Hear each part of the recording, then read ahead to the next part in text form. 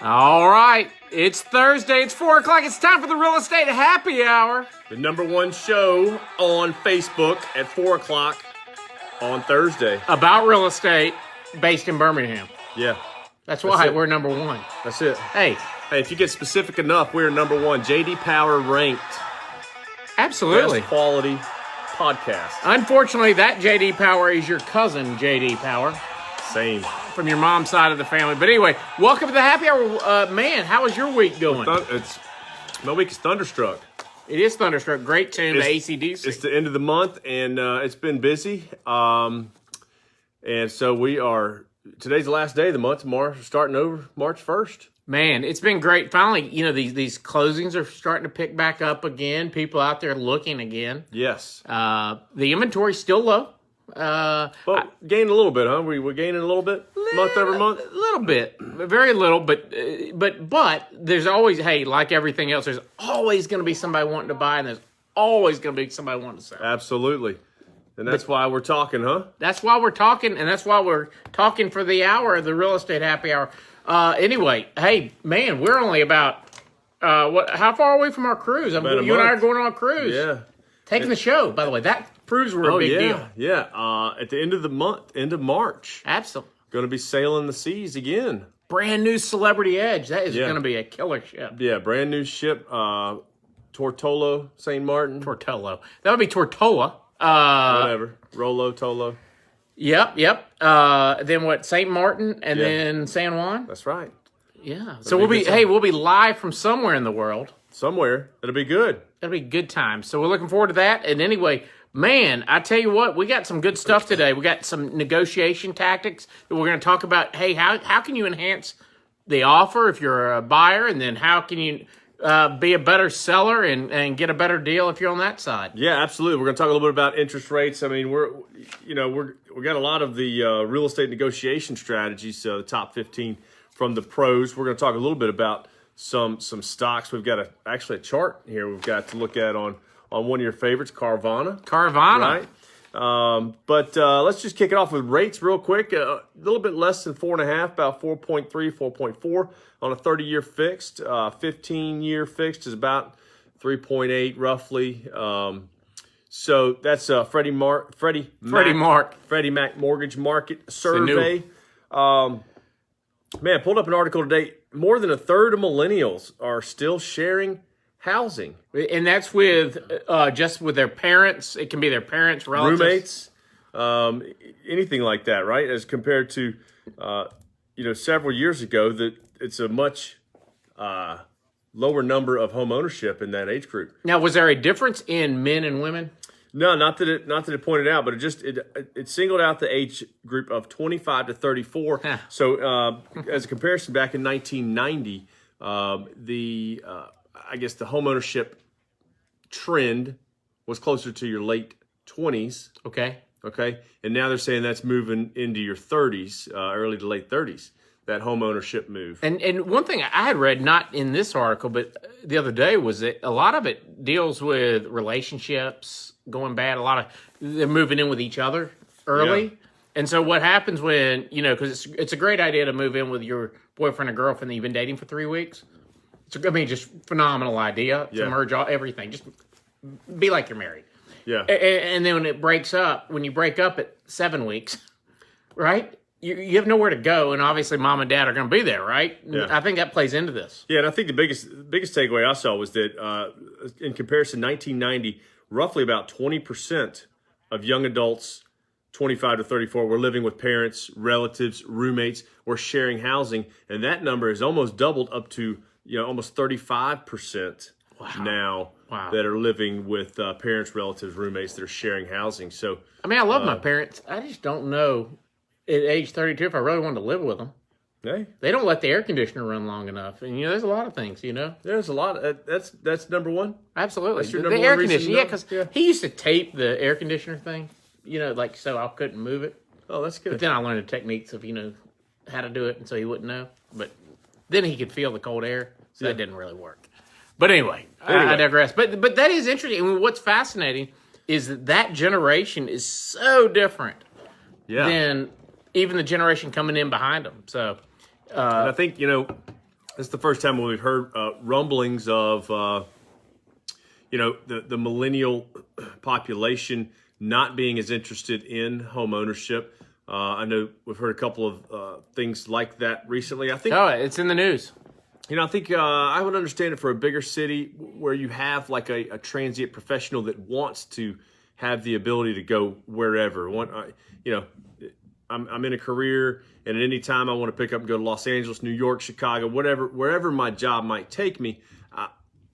Sometimes I think Birmingham is not made up of that. It's insulated, and we're going to talk about that in the coming weeks about some of these big picture outlooks. Yeah. Because it's not made up. There's a lot of millions of dollars being bet. Yeah, I think it's definitely a trend that's going to be growing. I think you're going to see it more in the bigger cities. I think you're still going to have a lot of cities like Birmingham that's going to be family focused, and they're going to be more interested in purchasing a home and things like that. But gosh, I definitely hope so. A trend that is going to be on the rise, I think. Well, we'll see, right? We'll see. I mean, one of the big things is, from pricing to everything comes here last. I mean, we're never going to get In-N-Out Burger in our lifetime here, right? I mean, it's just never going to happen, even if they did expand. Right. Because we're going to be last. You're last. Well, then there's Mississippi, and then there's other places. But anyway, I digress. Anyway, let's walk through good article I found, about the top 15 real estate negotiation strategies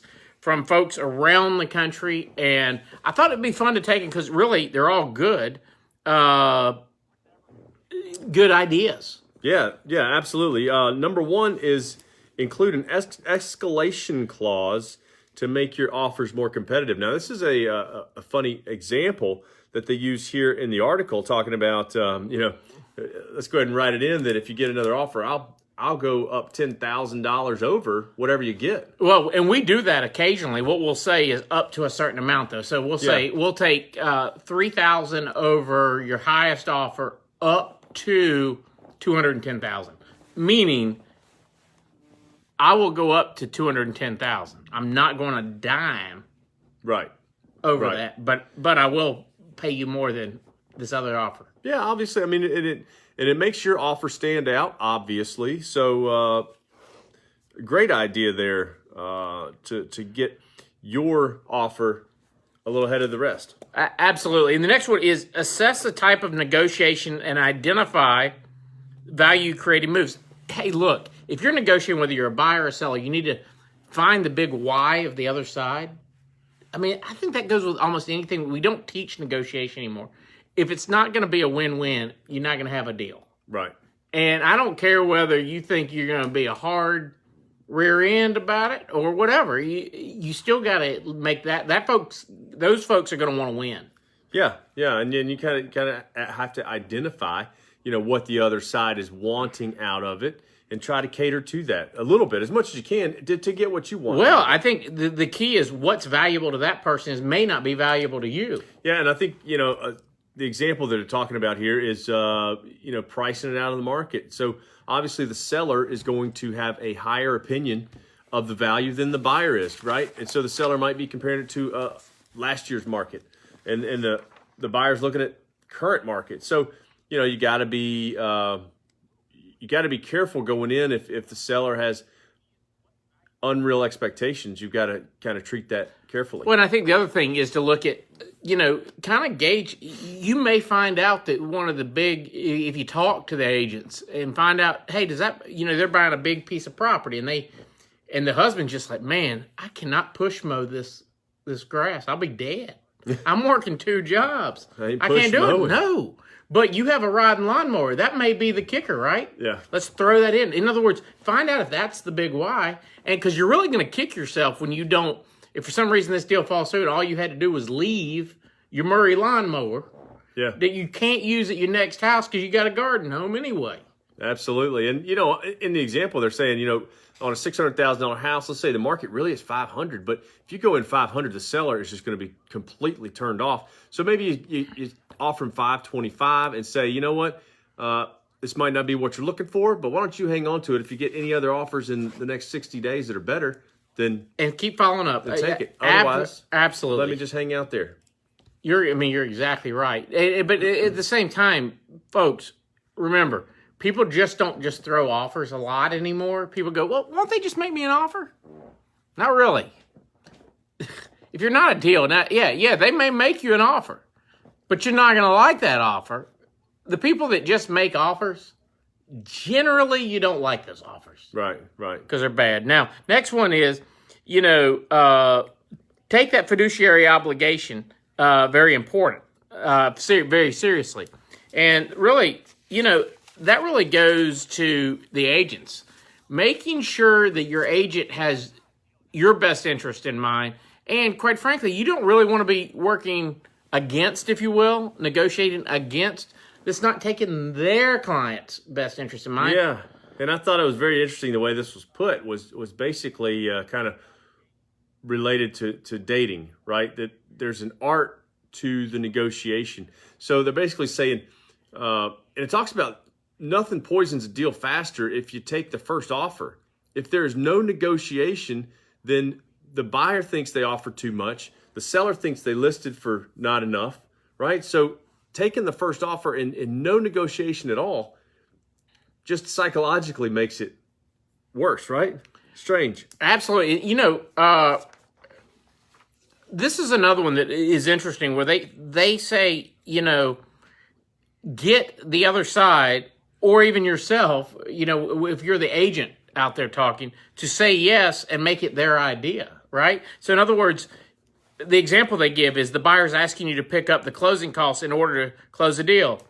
You're free to say no if you want to, of course, but would you be willing to consider it? In other words, when you're negotiating with somebody, right, you throw it out there, but hey, you do the old pullback, right? Yeah, you might not be interested in this, or this might, be something that you don't want to do, but...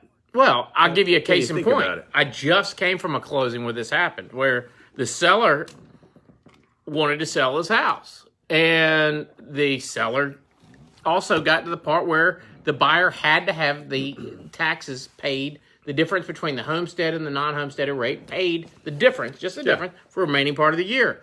Well, I'm not gonna do that. Well, okay, they're not gonna buy the house. So you have to find a way to commit that person of saying, no, it's in your best interest. You don't understand. You're going to lose more than whatever that cost you. Right. So be crafty in how you say it. And you just have to understand what the intricacies of the deal are, right? So you don't want to blow up the whole thing over $500 or $600 in taxes. I mean, yeah, absolutely. People will do it all day and then twice on Saturday. I mean, Right. So next one, negotiate from a win-win perspective. Absolutely. It's focusing on those solutions, finding out what we talked about earlier, right? The other side, and solving the problem for both sides, right? Yeah, and this is talking about, they're saying the agents come into the negotiation thinking it's a battle. It's like they're coming in with a bad attitude. It's like, I've got to win. I'm coming in with what I want, and I'm going to win this argument, right? And it's not about that. It needs to be about both sides accomplishing. There's goals on both sides. I mean, you're not going to get everything, right? But let's go with a win-win, so both sides get part of what it's a give and take. And just look what happened today. It's fun not getting political here, but talking about, like, they were talking to some experts on this Trump and Kim Jong-un issue and why Trump got up to leave. You can not like Trump, but it is if he cannot get a win-win, I think Kim Jong-un thought it would be, hey, win for him, and he'd send the bad guys home, which was us, right? And so Trump just gets up and leaves. That's a negotiation tactic because he knew he was not going to have an agreement if you can't have a win on both sides. Yeah, and Trump obviously has a lot of experience negotiating. He does. He's whether you like him or not, he's not dumb. He knows what he's doing. When he got up and walked out, he knew what he was trying to accomplish. Right. He knew the message he was sending. Maybe you think he's playing games or whatever, and maybe he is, but that's part of negotiation at times. Yeah, at times. Because I'm trying to move you towards my opinion. Right. And he's somebody like him is thinking down the road 3-4 months from now, and that's too often in our negotiate. Not you and I, but in a situation we see in the real world is that too many people want it right now. But maybe you need to wait. Maybe it's a couple days from now that saves you $10,000 or whatever. But the next one, always use market value instead of the asking price as your starting point. I agree 1,100%. You know, we looked at it one time recently. Well, we looked at beginning list price of homes on the market, and home sellers were getting about 92% of beginning list price. Where was it when it went on the market? But they were getting like 98 or more percent of ending list price. What was the list price when it went under contract? In other words, if you go ahead and just list it where it needs to be priced, you'll get it sold, and you'll create a lot of less heartache for yourself. Yeah, absolutely. And I mean, this is just research that's going to be done on the house by your realtor, the realtor that's representing you. They're going to pull comps. They're going to pull everything about the neighborhood, the square footage, the aspects of the home that they can compare to other sales is what we're talking about. And that's how you're going to look at market value instead of just looking at the asking price of what the other realtor put on it. And that's where you start. A lot of people talk about, they want to go in and just make a lowball offer, right?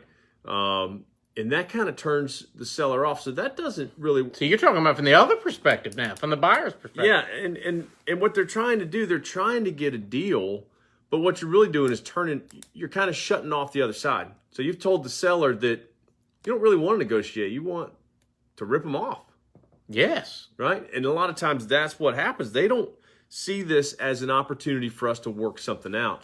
They see it as, a lowball offer. I've even seen them come back at, so you got a list price, buyer comes in, lowballs it, seller counters at list price. It's like, we got nowhere. No, and sometimes I don't blame them, but, we were talking a little bit earlier, talking about win-win and assess the value, identifying motives, those type of things.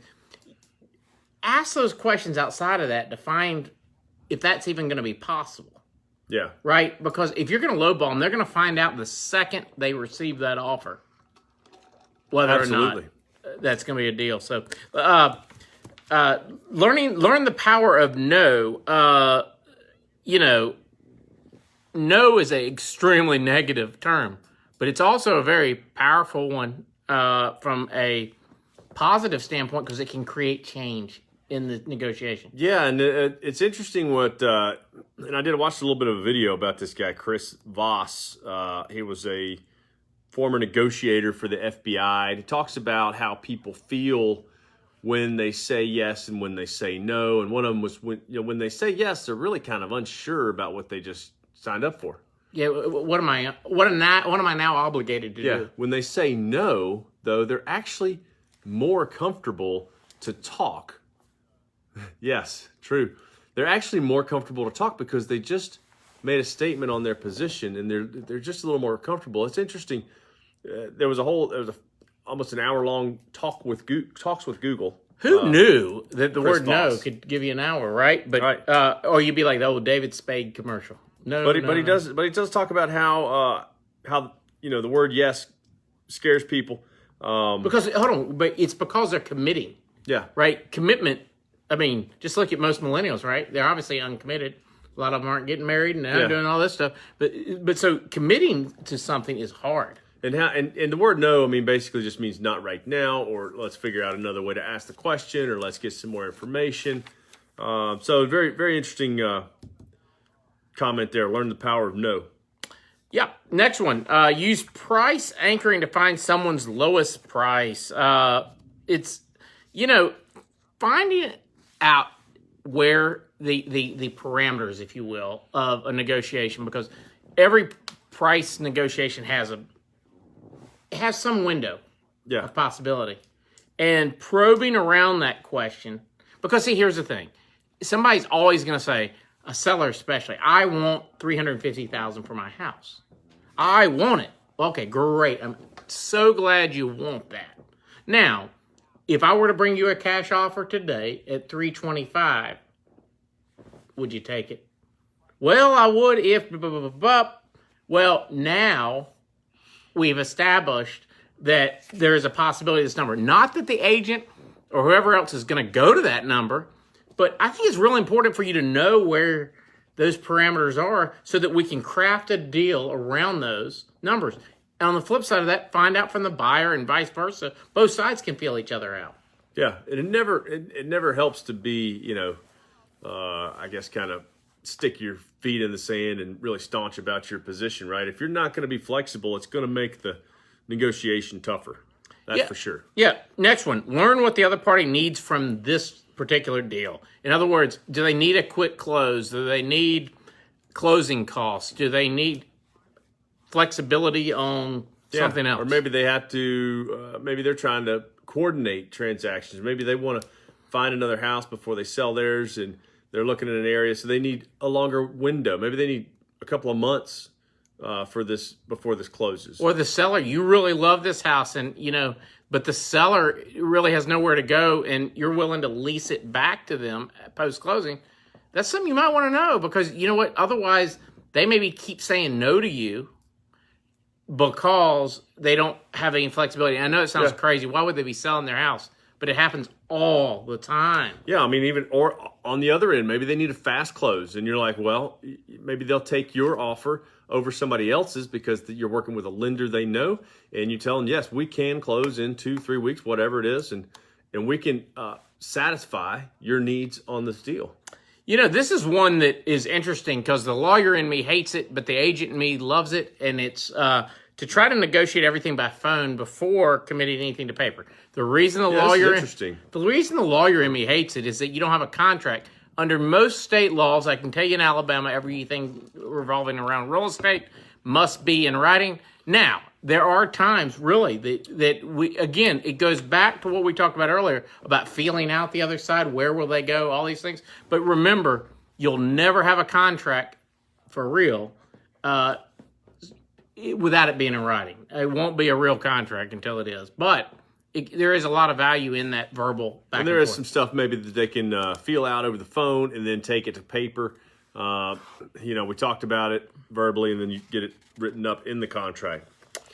This next one is interesting because there is a time and place for everything. And one of the best things about having a good agent, I think, is creating that separation barrier. But there are very important times where, especially when a multiple offer negotiation or what have you, where I want to establish a relationship between the two parties, because it's hard to say no to somebody's face. And when you see a real family or a real person behind these words. Yeah, it changes things, right? Yeah, absolutely. And so be very strategic with it, because what you don't want it to be is every time out I'm putting the two together. But when there's that opportunity for a powerful moment for them to see whatever your situation is. A powerful moment. Your baby's sitting there. This is going to be the baby's first home. Man, how powerful is that? Moving on. So, next one is keep your cards close, but try and stay nonchalant. Now, this basically means, don't be a buyer that walks in and now maybe the seller is there and you're looking for this powerful moment where you let them know that you are absolutely head over heels in love with this house. I love it. And guess what? Everybody has a camera now, so they're listening to you. Right? Yeah, everybody does. So, you want to keep your cards close. Try and stay nonchalant. Don't let on that you are absolutely madly in love with this house and you're going to do anything you can to get it. Hey, you can tell them they have a lovely house, but don't tell them you love it so much that you're about to overpay by $10,000 if they'll just give it to you. Right.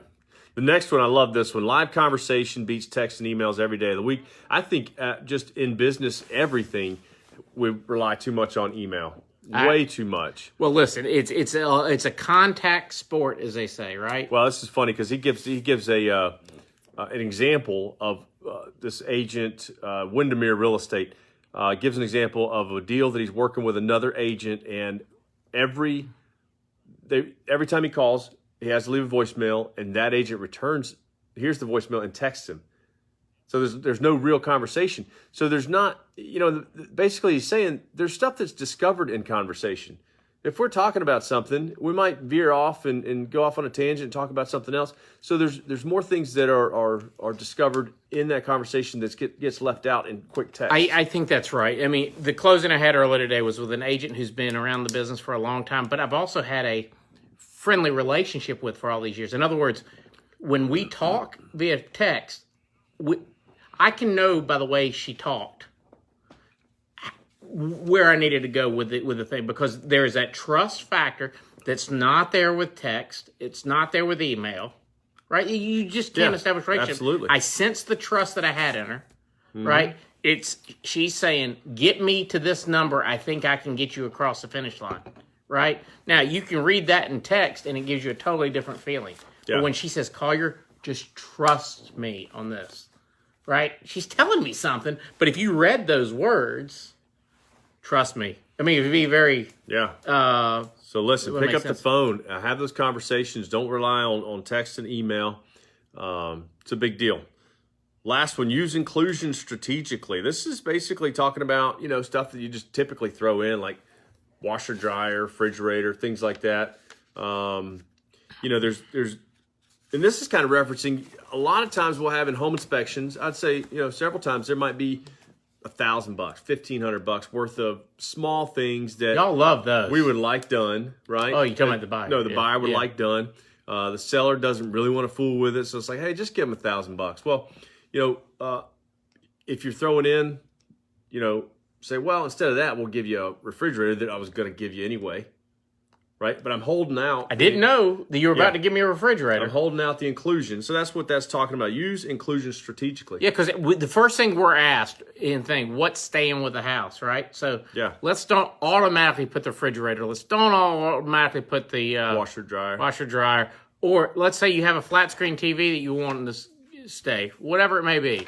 Or it may not be one you want to get rid of, but if you'll give me this price, guess what I'll throw in? That new curved 4K That's right. TV. Absolutely. Or it could be that Murray lawnmower we're talking about. So those are some good tips on negotiating. So moving on, this is the stock segment, okay? So Collier has been hot on this Carvana.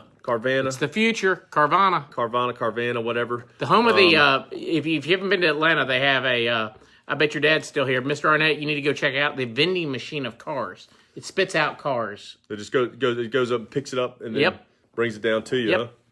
Well, okay. So the stock, and I'm gonna bring this chart up here, so you'll see the stock over here, and these highs, each one of these highs coming down this way, and if you match them all up, that kind of has a trend line, right? The ladies are gonna love your nails, by the way, because they were. Oh yeah, certainly.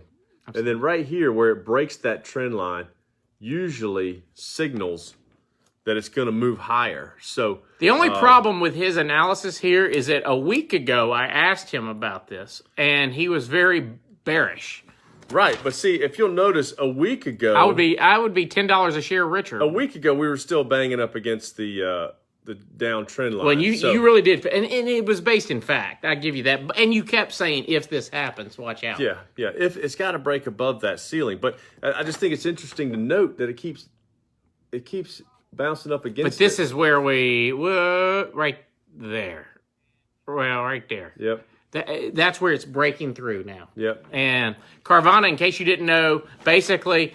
The reason you're seeing a lot of folks, I think a lot of investors don't understand Carvana, because I think, like, if you were to go ask my dad, all right, you're going to go to your website or go to your phone and you're going to order a car and you're going to give them $20,000 and they're going to deliver it to your house and they're going to give you 7 days to return it for any reason, he's not going to believe you.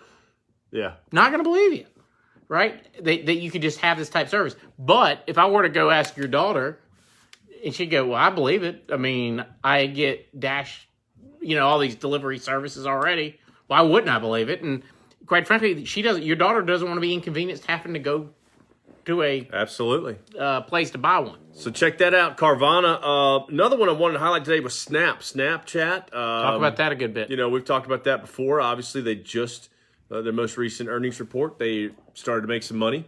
So the stock has moved up and is holding that increase. Right now is at $9.80 a share, so looking good there. One thing I wanted to bring up to you, what's really interesting over the last week we were watching is there was a good article in the Wall Street Journal about all these brick and mortar companies that we've come to, J. Crew, Payless Shoe Source, that we grew up with them, David's Bridal. Academy Sports, a lot of these big box retail type stores are having a very hard time staying profitable because of that real estate that is underlying them. And what are your thoughts there? I mean, so in other words, from an investing standpoint, you got to be real careful and possibly stay away from a lot of those type stocks. PetSmart was another one. Well, I just think it's a sign of it's the Amazon. It's just so much easier to buy something online and get it delivered to your house than to go to the store and pay their price. I think nowadays people feel like they're getting the lowest price online. And well, I thought about it with PetSmart. If a big 30-pound bag of Jim Dandy. Jim Dandy. Is that old? I guess old school. It was when we were kids. But anyway, it's heavy. So if I have the choice of getting Jim Dandy delivered, and they deliver it at least to my doorstep. Yeah, 30 pounds of it. I mean, why wouldn't I? Bring it on. It's worth $2. Bring it on. But anyway, moving on. All right, so we want to end the show tonight with a article about Warren Buffett. Man, he said that when he passes, he wants 90% of his money going into one thing for his wife. 90%. Well, she won't be alive long after he's gone because this man's old as dirt now. I mean, 90% going into an S&P index fund. Interesting, isn't it? S&P 500 index fund. Now, one thing I wanted to ask you, why is the S&P 500 different for me as an investor than, say, the Dow Jones? Well, I think the S&P 500 is made up of more stocks. Obviously, the Dow's only more diverse. 30. The S&P 500 is obviously more. Can anybody? How do they determine who's in the S&P? Well, I think there's a lot of requirements. Obviously, I think there's like 50% of the fixed assets and revenue got to be in the United States. 4 consecutive quarters of positive earnings. That's a big one. The price per share is usually, I don't think there's many going to be in there less than $50. I'm not positive of that, but I'm pretty sure the price per share is going to be up there. They got to file, their business results. I look at it like this. Like if you were to pick, like if you had to pick a sports team, you had to continually pick Auburn, the best team every year. Auburn. This would be just like picking an all-star team. Oh, yeah. Like this is like an all-star team because, they make changes to the S&P 500 based on the performance of the company. So they always keep the best in there. The reason I was asking that earlier was that I do believe I read where GE was out of the S&P 500 at one point, but was still in the Dow Jones Industrial Average. Yeah. And that's very important because if I had a Dow Jones tracking ETF, yeah. That I would GE would be weighing me down. Yeah. But these guys are going to kick them out. Yeah, and I think that one of the biggest things that Warren Buffett was saying is that because this is based on the U.S., you are betting on America, and that's what he's doing. He's saying the best business is still going to be done in America because these have to be U.S. Companies. And I think I've read something else that said it rebalances quarterly, so they continue to change the weight of the different stocks in the S&P 500 so you're going to be index. So in essence, they're going to diversify you. And so if he's going to put 90% of a ton of money, I mean, a ton.